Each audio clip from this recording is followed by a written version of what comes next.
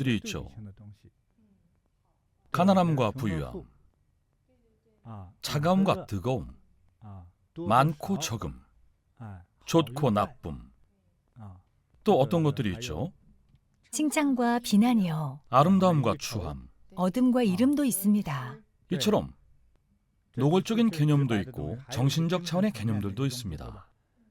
이들은 서로 대응합니다. 대응하고 상생하는 관계, 즉 서로 생겨나는 관계입니다. 이러한 규칙은 더 깊이 공부해야 합니다. 여러분의 수업을 통해 오온의 개념을 다뤘는데도 아직 헛갈리는 이유는 그만큼 난해하기 때문입니다. 스승님, 상생에 대해서 더 자세히 설명해 주실 수 있을까요? 가난함과 부유함을 예로 들면 가난한 사람이 부를 위해 열심히 일하고 노력하면 부유함을 이룰 수도 있습니다. 하지만 부유했던 사람이 가난해지는 경우도 있죠. 그 상생관계를 더 설명해 주실 수 있을까요? 우선 가난함이 부유함으로 바뀌는 경우를 봅시다. 일반적으로 현재 집안이 가난한 이유는 대부분 부모의 돈 버는 재주가 특출나지 않기 때문입니다. 부모가 버는 돈으로는 식구들 먹여 살리기도 빠듯하고 월세를 내기도 바쁩니다. 아이들은 늘 애가 타겠죠. 그런 집에서 태어난 아이들은 애만 태울 뿐입니다. 나중에 학교에 가서 친구들과 비교해보니 친구 부모님들은 죄다 회계사, 변호사, 교장이거나 더 높은 교수도 있습니다. 하지만 본인의 아버지는 고물을 주워다 팝니다. 이런 경우 대부분은 자격지심이 생기겠죠. 먹는 음식이나 입는 옷도 차이가 명확합니다. 자격지심이 더 심해지겠죠. 그런 자격지심이 생겨도 간혹 어떤 아이들은 자기 운명을 받아들입니다. 힘들게 취직해서 열심히 일하고 별다른 생각 없이 부지런히 노력하면서 자기 본업에 충실하죠. 요령도 안 피웁니다. 이런 부류가 있긴 하지만 그 비율은 매우 낮습니다. 많아야 15% 정도입니다. 나머지 85%의 가난한 아이들은 이를 악물고 노력합니다. 부모에게 바라거나 기대할 수 있는 것이 아무것도 없으니까요. 자신의 학력과 용기가 부모님을 훨씬 넘어선다고 생각하죠. 부모님이 무능하고 배운 게 없어 돈을 못 벌었다는 사실은 어쩔 수 없이 이해합니다. 부모님께 기댈 수 없으니 스스로 헤쳐나가며 어떻게든 가난에서 벗어나려 발버둥 칩니다. 가난한 집안의 아이들은 대부분 한 가지만 생각합니다. 필사적인 노력, 오로지 그 생각뿐이죠. 구체적인 방법은 몰라도 그저 필사적으로 앞만 보며 달려갑니다. 적극적으로 앞길을 개척하고 온갖 기회와 방법을 찾습니다. 관찰과 정보 수집에 능하고 누구보다 부지런합니다. 정보 수집을 위해 인맥 관리에도 열심히죠. 모든 것을 스스로 개척해야 하기에 언변과 관찰력이 좋아지고 손발도 멈추지 않는 바퀴처럼 아주 부지런하게 움직이며 멈출 엄두조차 못 내죠. 가난한 인생을 벗어나기 위해 적극적으로 나서고 노력합니다. 가난한 아이들은 이런 생각을 합니다. 궁지에 몰리면 변해라. 왜 변할까요? 노력하지 않으면 굶어 죽기 때문입니다. 남자들은 노력하지 않으면 장가도 못 갑니다. 노력하는 수밖에 없죠. 현실에서는 아무도 나를 가엾게 여기지 않습니다. 스스로 노력하는 수밖에 없습니다. 그렇다면 부잣집 아이들은 어떨까요? 방금 예로 들었던 가난한 부모를 둔 아이는 부모님께 의지할 수 없기에 스스로 열심히 노력해서 가게를 하나 차리는데 장사가 점점 잘 됩니다. 프랜차이즈 개념이죠. 동업자와 함께 체인점 10곳을 냅니다. 점포당 매출이 1,000만 원이면 10곳을 합치면 1억이죠. 이것저것 다 떼고 나도 최소 6천만 원이 남습니다. 예전엔 1년에 200만 원도 못 벌었는데 이제는 부자가 됐습니다. 그리고 자녀가 태어났습니다. 20년 후 20살이 된 자녀는 대학도 졸업했습니다. 그리고 초, 중, 고, 대학까지 용돈이 모자란 적이 없었습니다. 늘 용돈이 넘쳐났죠. 가난한 친구들은 다릅니다. 가난한 친구들은 노력하지 않으면 다음 달 월세도 못 냅니다. 하지만 방금 말한 아들은 걱정이 없죠. 부모가 미리 대학 근처에 집을 두 채 사서 한 채는 자녀에게 주고 한 채는 친구에게 세를 줍니다. 경제적 압박을 모릅니다. 부모님이 큰 돈을 번 이유는 머리가 좋아서도 학력이 높아서도 아닙니다. 당시에는 노력 외에는 방법이 없었기 때문입니다. 그저 이악 물고 돈을 벌어 가족을 먹여 살려야 했습니다. 하지만 그 자녀는 처음부터 이미 돈이 넉넉한데 굳이 노력하려고 할까요? 부잣집 아이들도 처음 대학에 다닐 때는 대학을 졸업하면 우선 취업할 생각을 합니다. 다들 그렇게 하니까요. 하지만 대부분은 취업한 지 8년 안에 집으로 돌아옵니다. 계산기를 두드려 본 거죠. 어느 회사에 취업하든 본인은 그 회사의 사장이 아닙니다. 일개 직원일 뿐이죠. 아무리 승진해봐야 임원 정도일 겁니다. 그런데 실수라도 하면 상사가 혼내지 않을까요? 꾸짖거나 때릴 필요 없이 이렇게 말하겠죠. 장대리, 자네처럼 똑똑한 사람이 어떻게 이런 실수를 하나? 자네에게 맡긴 투자건은 왜 이 모양인가? 실적이 최하인 사람도 연수익이 2%는 되는데 자네는 손실만 5%라니 머리를 뒀다 어디에 쓰나? 학력이 아깝지도 않나? 어떻게 일을 이따위로 해? 상사의 질책에 큰 상처를 받겠죠. 왜 그럴까요? 가진 게 많으니까요. 부모님은 어릴 적부터 특히 학창시절 동안 자신을 어린아이도 아닌 갓난아이기처럼 대했습니다. 작고 여린 콩나물처럼 늘 감싸기만 했죠. 대학교 교수님들조차 자신에게 함부로 하지 못했습니다.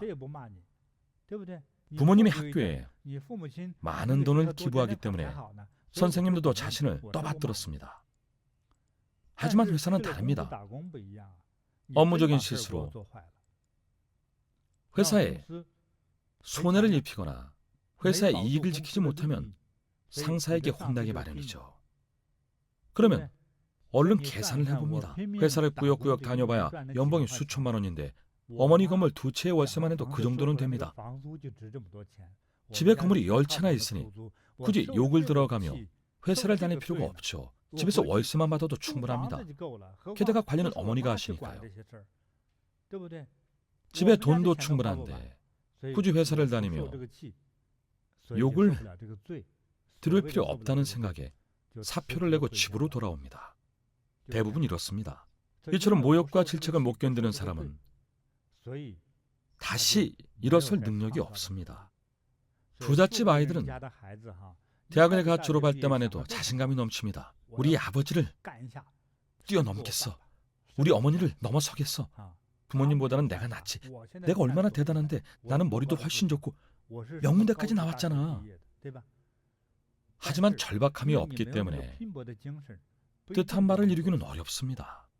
조금만 일이 어긋나거나 마음먹은 대로 되지 않거나 누군가 조금만 자신을 비난하고 책망해도 대부분 못 견딥니다. 그 길로 그만두고 집에 돌아와 아무것도 안 하죠. 집에 돈이 많으니까요. 부모에게 받은 용돈이 힘들게 번 연봉보다 훨씬 많은데 굴욕을 견딜 이유가 있겠습니까? 스스로 굴욕이라고 생각하기 때문에 쉽게 그만둡니다. 부잣집 아이들은 비빌 언덕도 있고 탈출구도 있고 돈도 있는데 굳이 왜 노력하겠습니까? 부모님 세대는 가난했기 때문에 열심히 살 수밖에 없었고 결국 먹고 살 길을 찾았습니다. 하지만 그 자녀들은 돈이 많으니 굳이 노력하지 않죠. 그저 삶을 즐기면서 부모님이 준 돈을 열심히 써야 부모님께 면목이 선다고 생각합니다. 그래서 못 견디고 집에 돌아와 돈만 펑펑 씁니다. 있음은 없음 때문에 일어나고 없음은 있음 때문에 생긴다. 있고 없음이 봄날의 꿈만 같으니 실제성 없음을 어찌할 건가. 꿈속에 아무리 큰 집을 지어도 깨고 나면 흔적조차 볼 수 없듯 얻고 잃고 좋고 나쁨이여 한바탕 꿈과 다름이 없네. 싱가포르에 한 제자분이 있는데 건물 몇 채를 가지고 세를 주는 부유한 분이었습니다. 그분의 자녀는 미국에서 10위 안에 드는 최고의 명문대를 다녔습니다. 당대에 아주 유명한 과학자들을 많이 배출한 학교였죠. 들어가기 어려운 학교였습니다. 교수들은 이 학생이 다른 사람보다 지능이 훨씬 높다고 칭찬했습니다. 시험 점수로도 알 수 있었죠. 알고 보니 부모님이 똑똑했습니다. 그래서 돈도 많이 벌었던 거죠. 그 똑똑한 유전자가 전해져서 자녀도 머리가 좋았습니다. 자녀분은 대학을 졸업하자마자 최첨단 기술 회사에 높은 연봉으로 스카우트 됐습니다. 5년 후에는 팀장으로 승진했습니다. 미국의 최고 명문대를 나왔고 과학연구 분야에 재능이 있어 자기 팀을 이끌게 된 겁니다. 하지만 4년 후 그 친구가 진행했던 프로젝트는 기대에 못 미치는 성과를 냈습니다. 그분은 자신에 대한 평가와 기대치가 너무 높았습니다. 나는 타고난 과학자야. 나는 과학을 위해 태어난 사람이야. 하지만 실제 연구에서는 성과도 없이 월급만 축낼 뿐이었죠. 결국 사장에게 질책을 받았습니다. 그분과 같은 연구를 했던 다른 팀의 팀원들은 그분보다 학력이 낮고 학교 순위도 낮았지만 큰 성과를 냈습니다. 보너스도 크게 받고 연봉과 직급도 올랐습니다. 안 되겠다. 정신적으로 못 견디겠어. 답답해 죽을 것 같아. 남들 비는 못 맞추겠어. 그렇게 회사를 그만두고 집에 돌아와 방문을 걸어 잠근 뒤 밖으로 나오지 않았습니다. 그 친구가 받은 상처가 가짜는 아닙니다. 정말 큰 상처를 받긴 했습니다.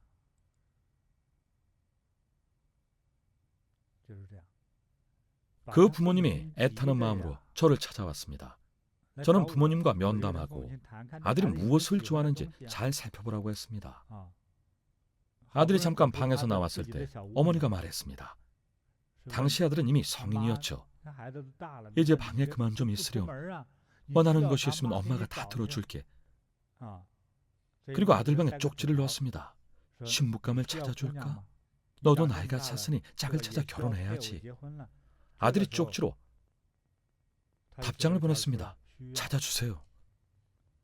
일주일 후 어머니는 아들에게 방에서 나와 거실로 와서 직접 고르라고 말했습니다. 대신 골라줄 수는 없으니까요. 미인들만 모셔왔단다. 스튜어디스보다 예쁘고 학력도 높고 미인이고 몸매도 좋단다. 조건 좋은 신부 후보들이 총 13명이나 왔습니다. 일주일 만에 13명이나 찾아왔죠. 신부 후보들은 아들의 외모가 어떻든 아들의 선택만 받으면 결혼하기로 동의했습니다. 아들은 부모님의 설득 끝에 방에서 나와 신부감을 골랐습니다.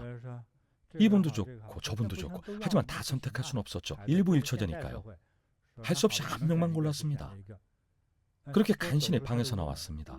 하지만 결혼한 지 3년쯤 됐을 무렵 자신의 아이가 2살이 됐는데도 집 밖에 나가지 않았습니다.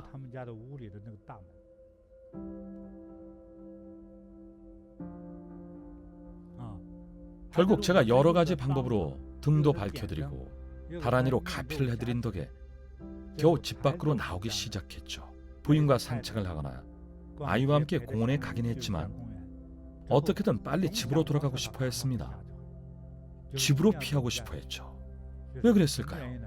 정말 상처가 컸던 겁니다. 그 상처는 누가 만들었을까요? 부모님은 모두 사회성이 뛰어난 분들입니다. 둘 중 아무도 그런 성격이 아니었죠. 본인들은 그런 성격이 아닌데 왜 아들은 집에만 틀어박혀 밖으로 안 나오는지 답답해했습니다. 물론 물리적으로 플러스와 플러스가 만나 마이너스가 되는 경우도 있죠. 부모가 모두 너무 외향적이면 자식은 결국 내향적이 돼서 방에만 틀어박혀 있을 수도 있습니다. 하지만 더 자세히 분석해보면 집안의 경제적 환경 때문입니다. 그 친구는 지금도 방 안에 틀어박혀 인터넷으로 쇼핑을 하고 인터넷으로 세계여행을 다니지만 실제로는 집 밖으로 거의 한 발자국도 나오지 않습니다. 정말 큰 유혹이 있지 않는 한 최대한 집안에서 모든 것을 해결합니다.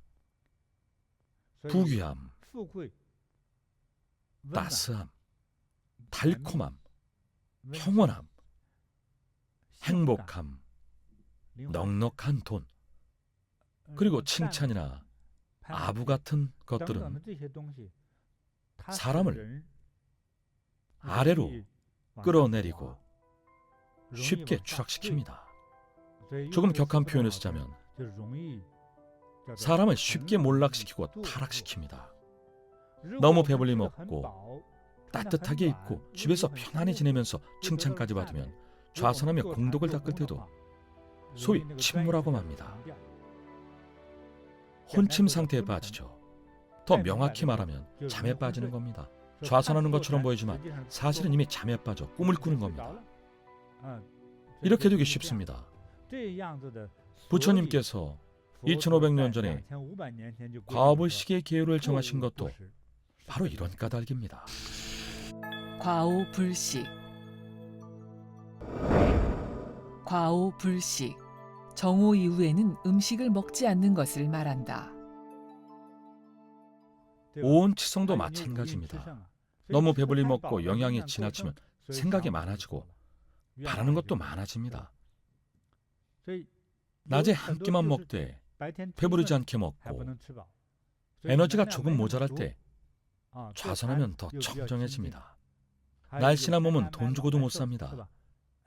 지방을 적절히 조절하면 더 건강해지고 오래 삽니다. 물론 적당한 운동도 병행해야 합니다. 방금 말했던 아름답고 행복해 보이는 것들, 예컨대 자기 전에 먹는 초콜릿 한 조각은 전에도 말씀드렸듯이 우리의 정신을 흐리는 주범입니다. 겉으로 좋아 보이는 것들은 사실 사람을 쉽게 망가뜨립니다. 특히 아직 어리고 인생 경험이 없는 청년들은 이런 달콤함에 빠지기 쉽습니다. 성인이 되고 나서 수중에 돈이 많으면 많은 주위 사람들의 아부와 칭찬에 휘둘려 타락하기 쉽습니다. 반드시 문제가 생깁니다. 이것도 같은 이치입니다. 어른들도 못 견디고 못 막아내는데 청년들은 어떨까요? 더욱 버티기 힘들겠죠. 자신이 살아온 환경과 조금만 달라져도 못 버팁니다. 남에게 비판을 받으면 곧바로 정신이 무너져 알아 눕거나 큰 마음에 상처를 입습니다. 그래서 가난하던 세대가 부유해지면 그 후손이 쉽게 다시 가난해집니다. 시공간, 즉 시간의 문제일 뿐입니다. 20년 동안 열심히 벌고 다음 20년은 열심히 써버립니다. 두 세대가 원점으로 다시 돌아갑니다. 음양어와 마찬가지죠. 검은 물고기와 하얀 물고기가 서로를 0으로 상쇄시킵니다. 검고 하얀 물고기가 서로를 상쇄시키면 아무것도 없는 공이 됩니다. 가난함과 부유함이 상쇄되면 공이 되죠.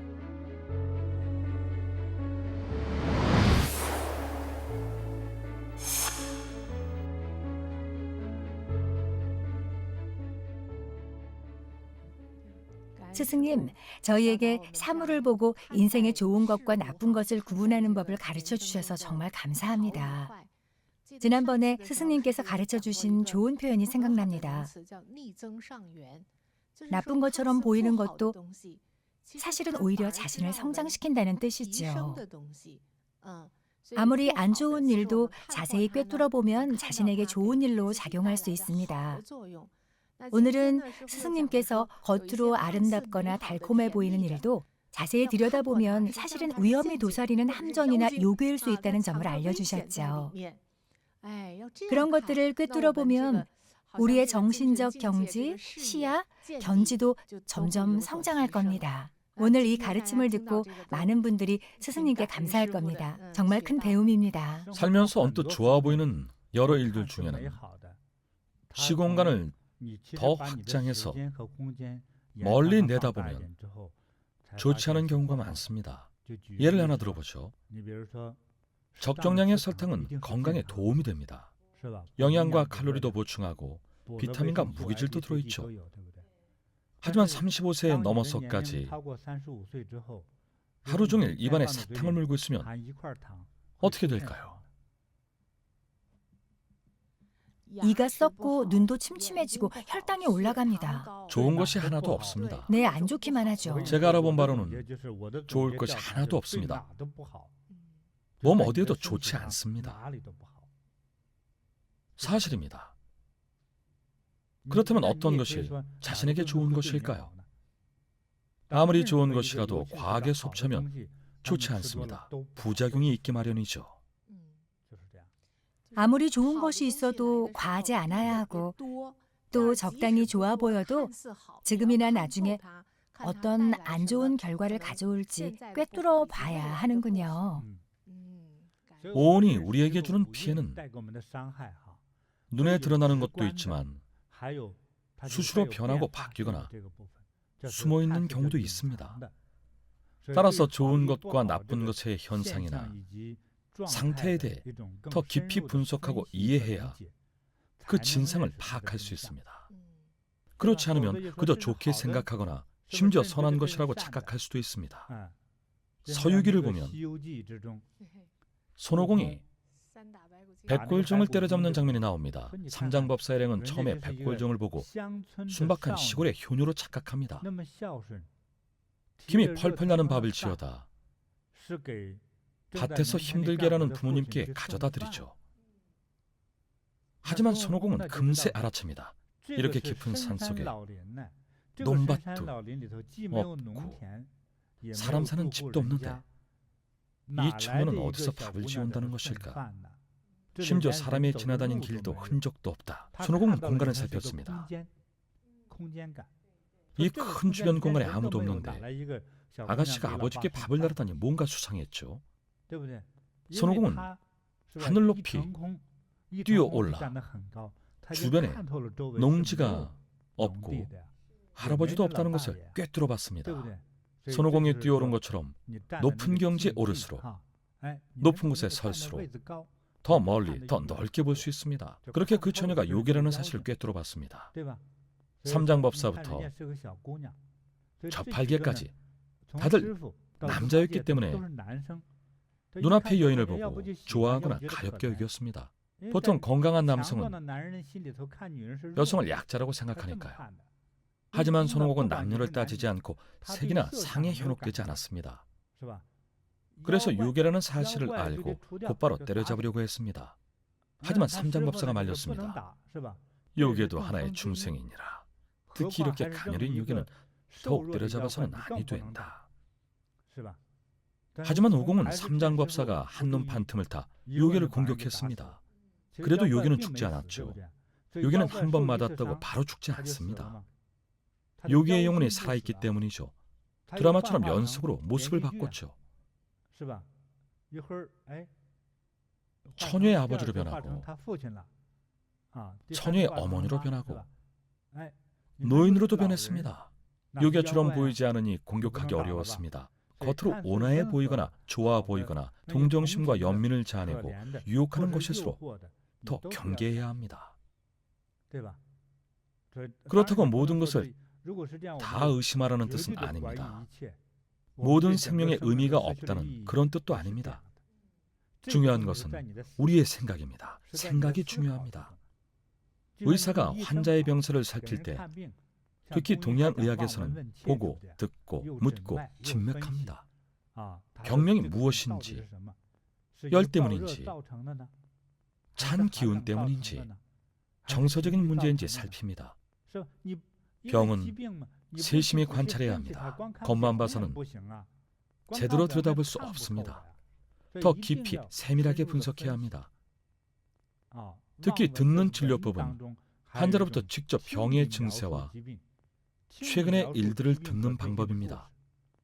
그래야 왜 문제가 생겼는지, 병의 원인이 무엇인지 파악할 수 있습니다.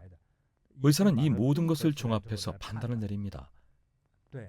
인생의 중요한 결정을 내릴 때는 정확한 판단이 필요합니다.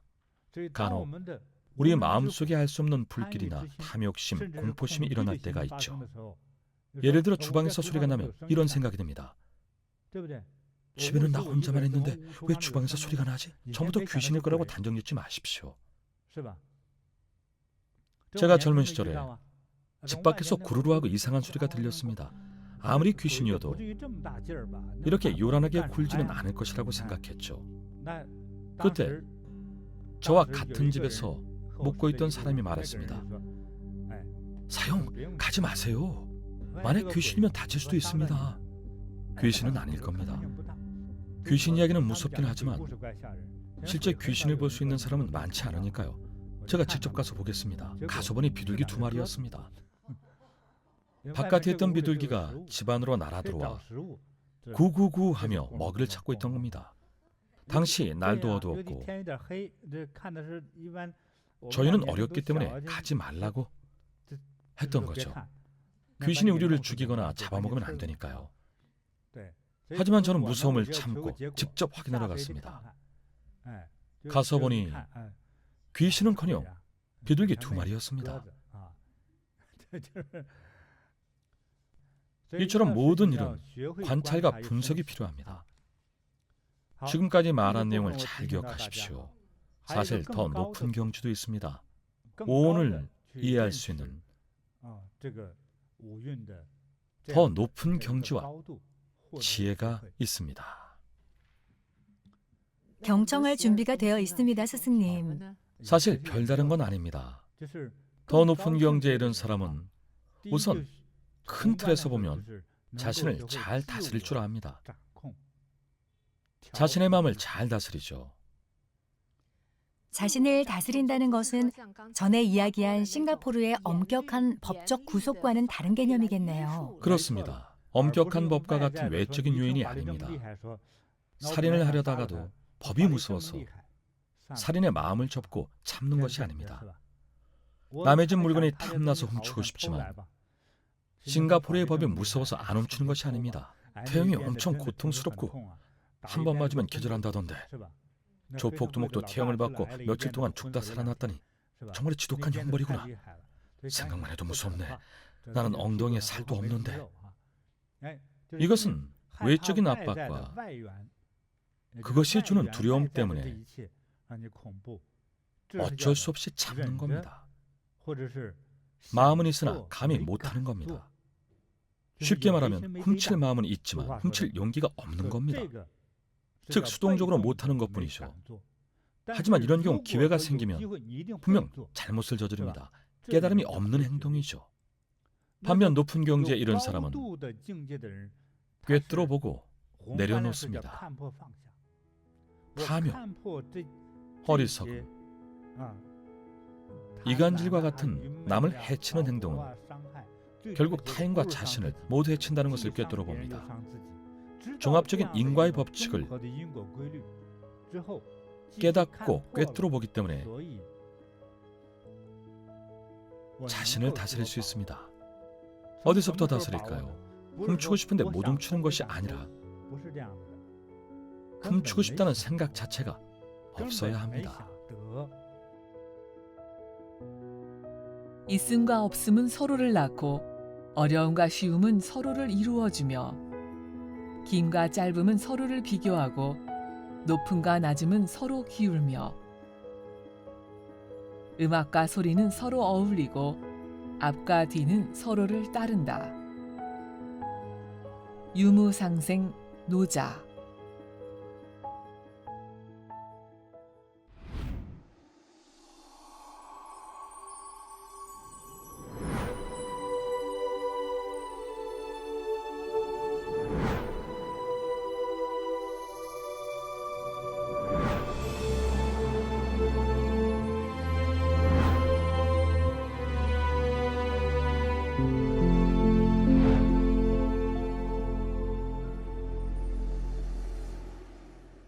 당뇨가 500이 넘어가고 진짜 이건 이루려면 몇 년 있어야 되거든.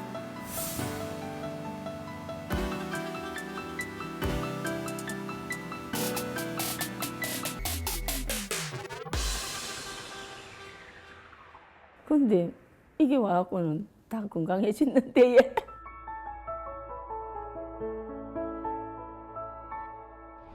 당뇨는 한 15년 됐을 겁니다.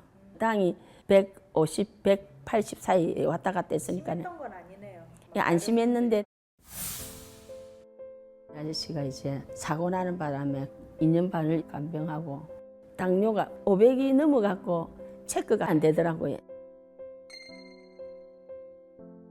당뇨 합병증이 왔고 싹 다 왔어요. 완전 몸 전체였어요. 다리가 이제 합병증이 와갖고 이게를 걷지를 못했거든요. 발이 아프셨던 거예요? 아니 발가락이 아프니까요. 뒤꿈치를 띄갖고 요래 걸어야 되는 거라요. 합병증이 왔고 그리고 신발을 내가 225를 신었는데 그때 마지막에 한 게 255입니다. 부어갖고 거기다가 이제 실명한 데거든 그때 내야 실명하고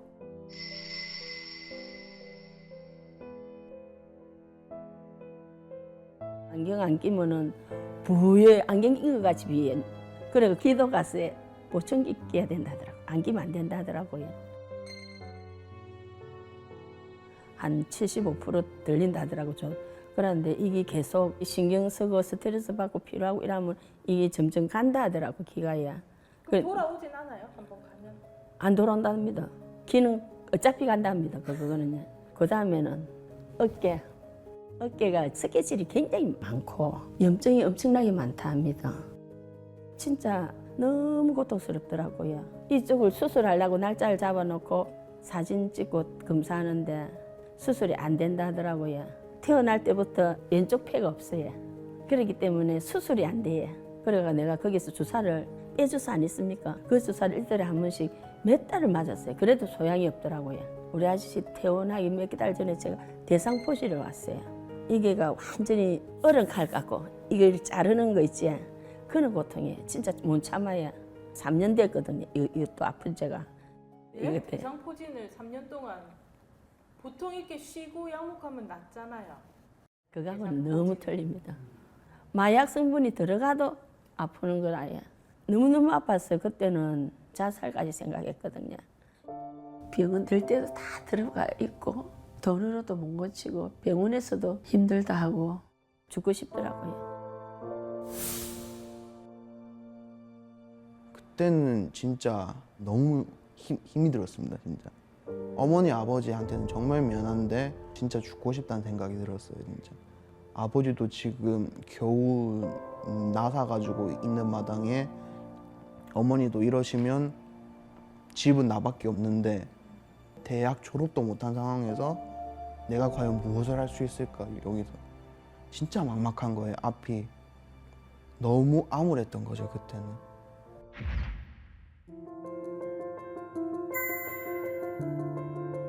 1월 달에 건강반 암이 있어. 그때 4일째 되는 날에 거짓말 같은 일이 이게 올라가더라고요. 진짜 이게야. 그때부터 이제 다리가 이래하던 게 이제 요래 하더라고요. 그래 안 아프더라고요. 그래 집에 가서 여보 발가락이 안 아프다 괜찮다 이랬거든요.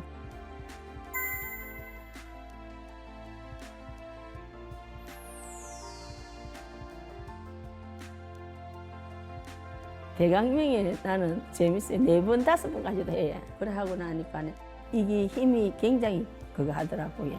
근력을 참 좋다 하면서 전부 다 이게 하는 게 근력이라면서 지방이 아니라 하더라고요. 귀도 이제 잘 들리거든요. 보청기를 안 끼도 된다는 거라요. 검사를 하니까 80이 정도 오더라고요. 그래갖고 눈도 백내장 수술 안 해도 된다 하더라고. 건강합니다. 이래. 그래서 내가 물어봤거든. 왜 내 눈이 이렇습니까? 이러니까 자기도 모른대요. 대상포실 이거는 이게 와갖고 가피 받으면서 나섰어요. 가피가 저한테 굉장히 많은 그 도움을 주더라고요. 이제는 이제 당뇨만 조금 내려가 버리면 될 것 같습니다. 많이 내려갔어요. 당화색소라고 있어요. 우리나라는 5.5가 정상이거든요. 그때가 12 정도, 지금 7.2거든요. 얼마 안 남았어요. 이제 이것도요. 이제 조금만 노력하면 되는데. 여기서 수행을 하시고 약간 좀 환골탈태 비슷한 느낌으로 전에 그 모습과는 너무 반대 이미지가 되어버리신 거예요. 그때는. 그때 딱 어머니 보는데 어머니는 그냥 가만히 계신 거예요. 고목처럼 보이는 거예요. 저희 어머니께서. 그럴 리가 없는데 우리 엄마가 네. 저 엄마는 우리 엄마가 맞나? 네, 맞아요. 이렇게 어머니께서 코어가 좋아지실 수가 없다. 어머 이게 무슨 일이냐면서. 이게 와갖고는 수행만 했지.